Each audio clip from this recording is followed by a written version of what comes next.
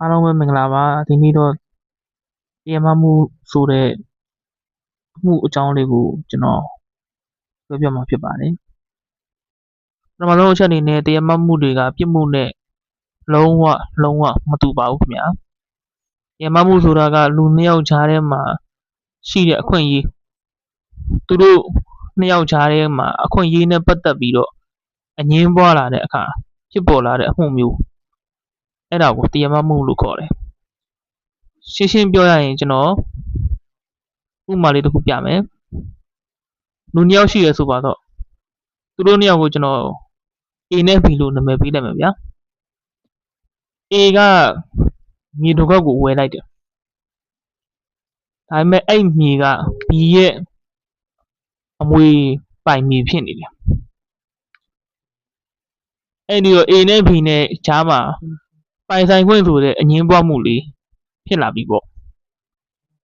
အဲ့အငြင်းပွားမှုလေးကိုတရားမမှုလို့ခေါ်ပါတယ်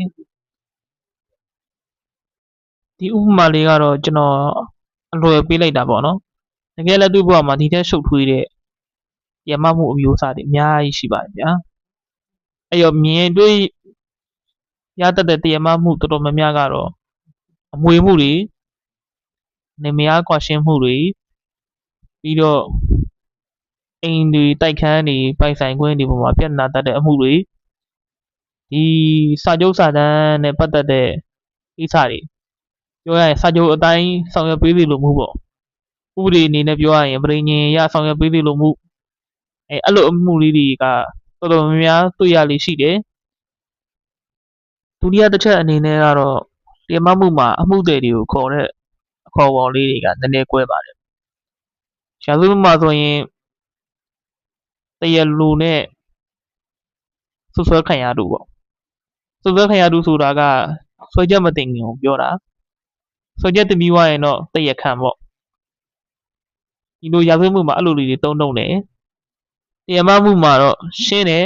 စလာကြတဲ့ကတရားလိုတရားပြိုင်အဲ့နှစ်ခုပဲရာဇဝတ်အကြောင်းအရဆွဲလို့ရတဲ့အမှုတွေလည်းရှိတယ်တရားမအကြောင်းအရဆွဲလို့ရတဲ့အမှုတွေလည်းရှိပါတယ်တရားမမှုမှာတရားလိုကသူ့ရဲ့အခွင့်အရေးကိုရကျင်တဲ့အတွက်ကြောင့်မို့တရားရုံးကိုဆုံးဖြတ်ပေးဖို့တောင်းဆိုတဲ့အမှုဖြစ်ပါတယ်တရားရုံးကိုဒီလို request လုပ်ပြီးတော့တောင်းဆိုရတာဖြစ်တဲ့အတွက်ကြောင့်မို့လို့တရားရုံးကိုဆိုလွာဆိုတဲ့အရာကိုတင်ရပါတယ်ဆိုလွာဆိုတာကဘာလဲဆိုတော့အမှုဖြစ်စဉ်အကြောင်းအရာတွေကိုဆိုလွာမှာပါရမယ်